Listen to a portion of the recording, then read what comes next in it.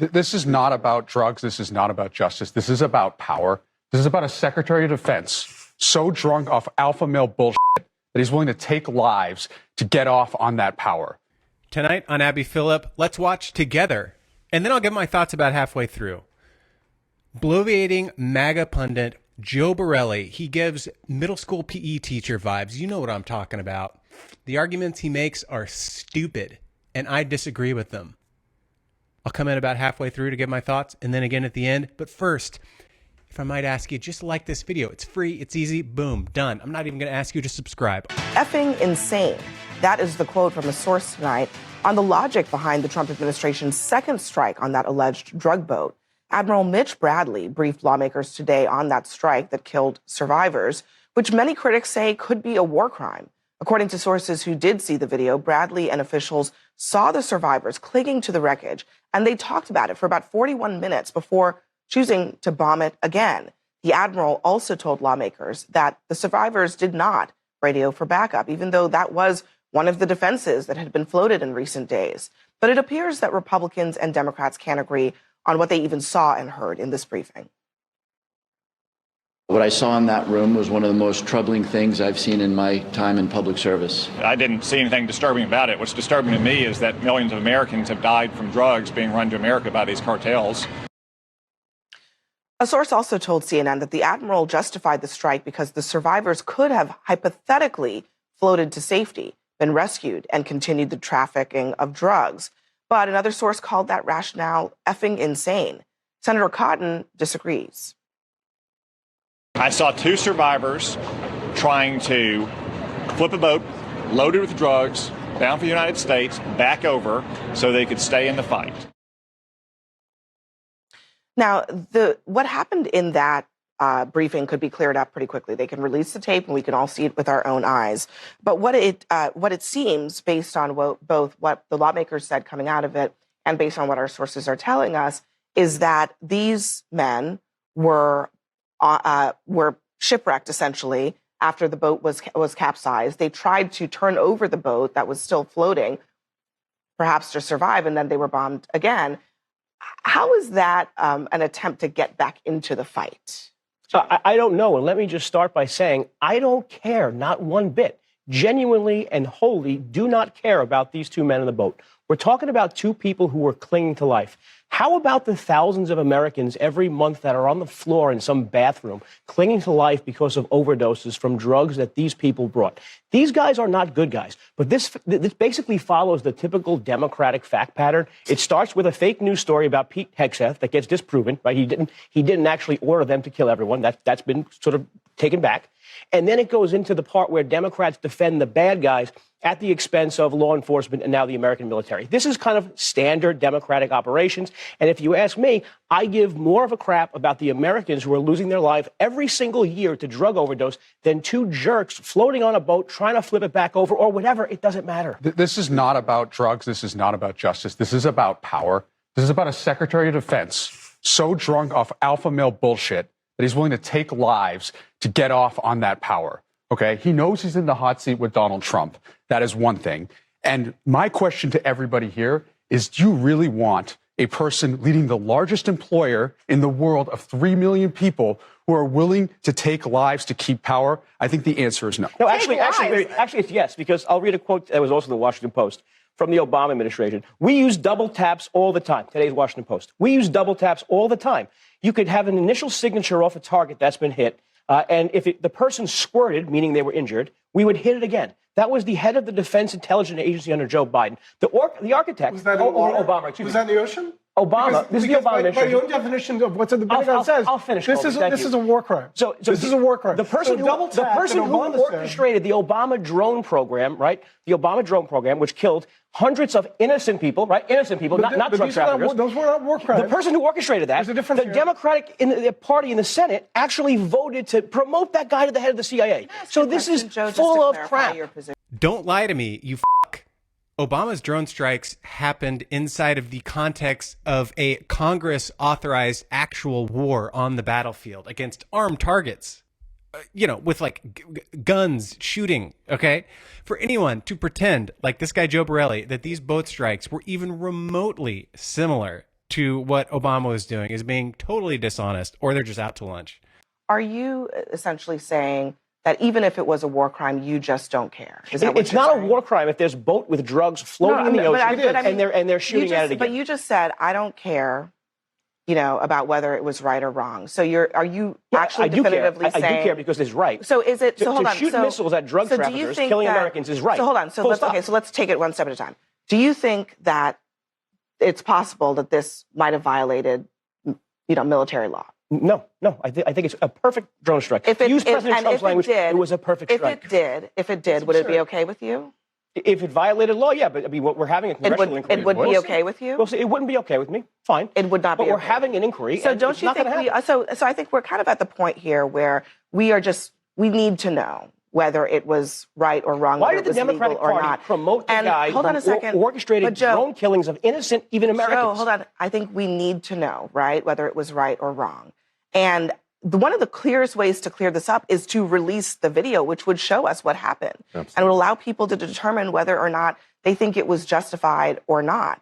Allow other people to weigh in on it. And I don't know why they don't just do it tonight. I mean, they had a briefing.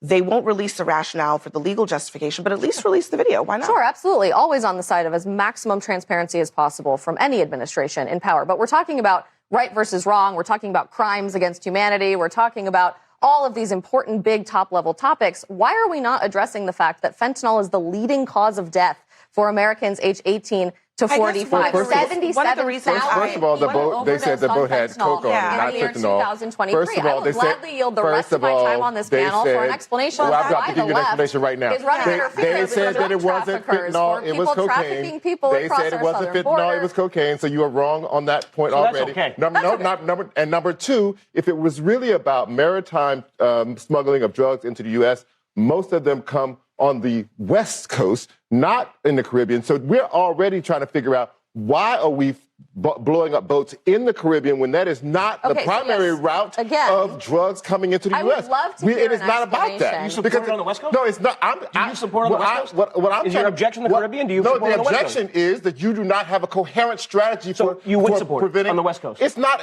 It's about a coherent strategy, and this is not. So it's incoherent on the East Coast. Let's bring it back down to simple basics here.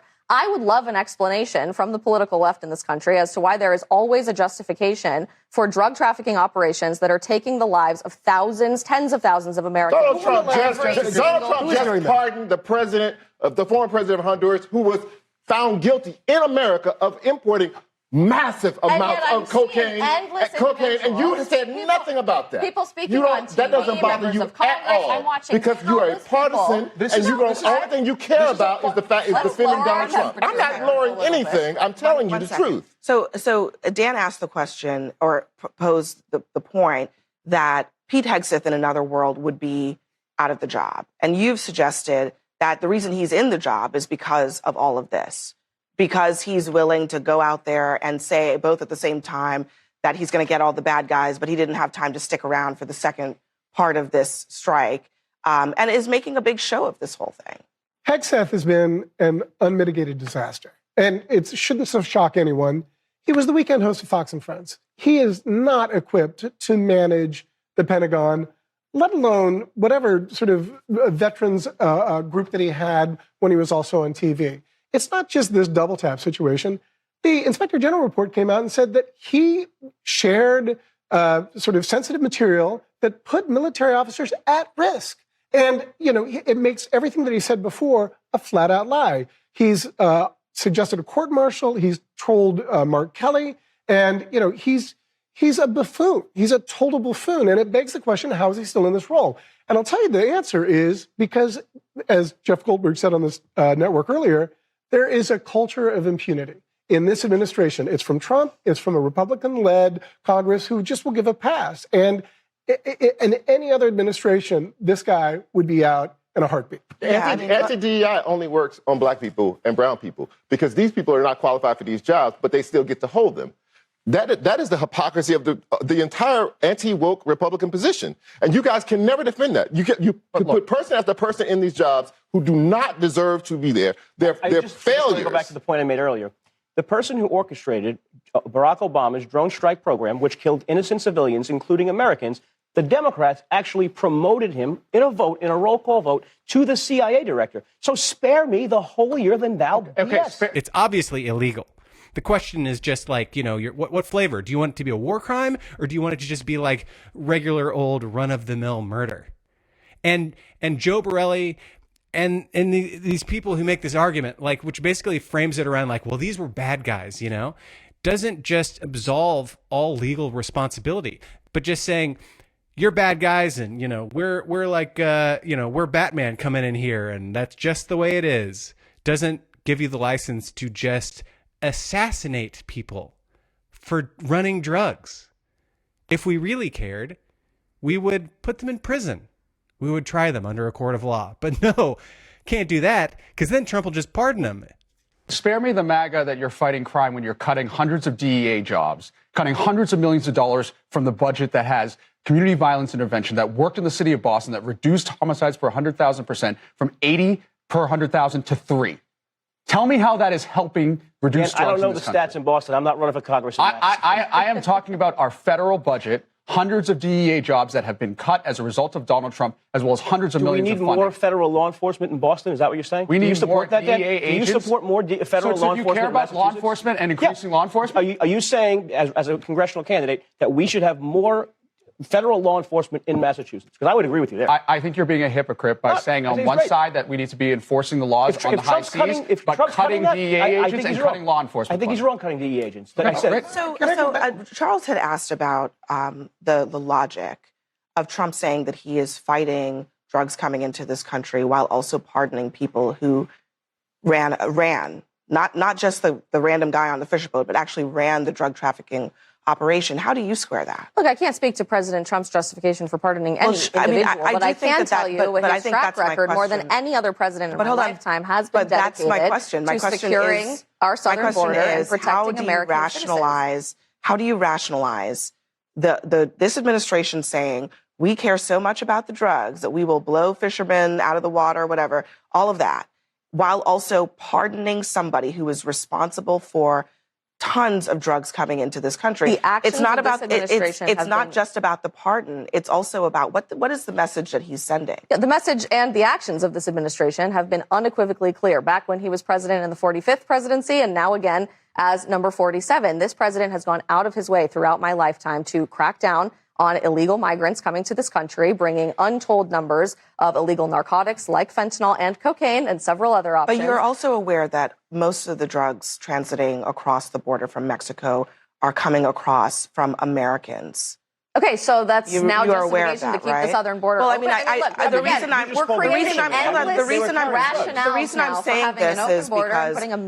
saying this is because you're making this about just about the immigration issue. No, not at all. The drug issue is multifaceted. We know that, for example, the fentanyl issue that you highlighted is not centered on Venezuela. It's not centered on the Caribbean even. So again, make it make sense. I think that's part of the problem here, is that the logic of this whole campaign doesn't really line up if drugs is the only rationale. No, it's not. It's certainly not the only rationale. And look, I'm glad that you acknowledge that, because there are a lot of other things going on in the Caribbean, including battleships being brought into the Caribbean that are not required to take out drug boats. And so, again, many questions on those issues. And I don't want that to get lost in the trees here, because there are some serious things happening in the Caribbean that the administration's not being transparent about, and this is only one of them. I will never not be entertained by watching these MAGA guests shout over the other guests to defend these fantasy points about this fantasy world that they live in.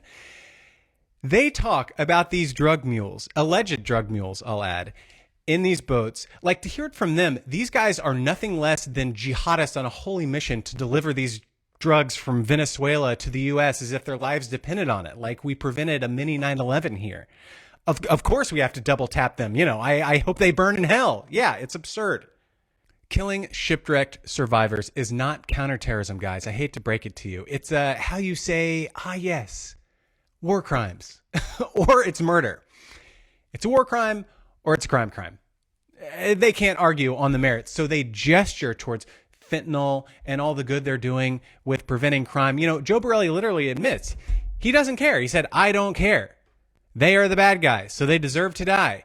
The industrial-grade hypocrisy of an administration that says it's waging a war against traffickers like this, while Trump pardons the actual trafficking kingpin from Honduras, who, by the way, we imprisoned because he was attempting to smuggle 400 tons of cocaine into the country. Do you understand how much that is? 400 tons. 400 times 2,000 pounds, whatever that is. Some gargantuan amount. Yeah, let's free that guy. And these guys on the boat, murder. I can't even imagine coming on a show like this, like these MAGA people, to defend Trump's transparently corrupt behavior. I mean, I marvel at people like Joe Borelli and this blonde, Isabel Brown. Turning Point USA, I see. Very blonde, very Caroline Levitt-esque. These people... I tip my hat to them. It's an audition, basically. They're all auditioning. Like, do these pundits believe what they say, or are they in on it and they know that they're full of shit and they just don't care? That they'll defend anything for the larger mission of their political ideology. That I can't always tell, and it kind of drives me nuts. But I keep coming back. Leave me a comment if you have anything to say. Subscribe to the channel if you made it this far, all right? Subscribe and like the video if you haven't already, and I'll see you real soon on the next one. Thanks for stopping by. See ya.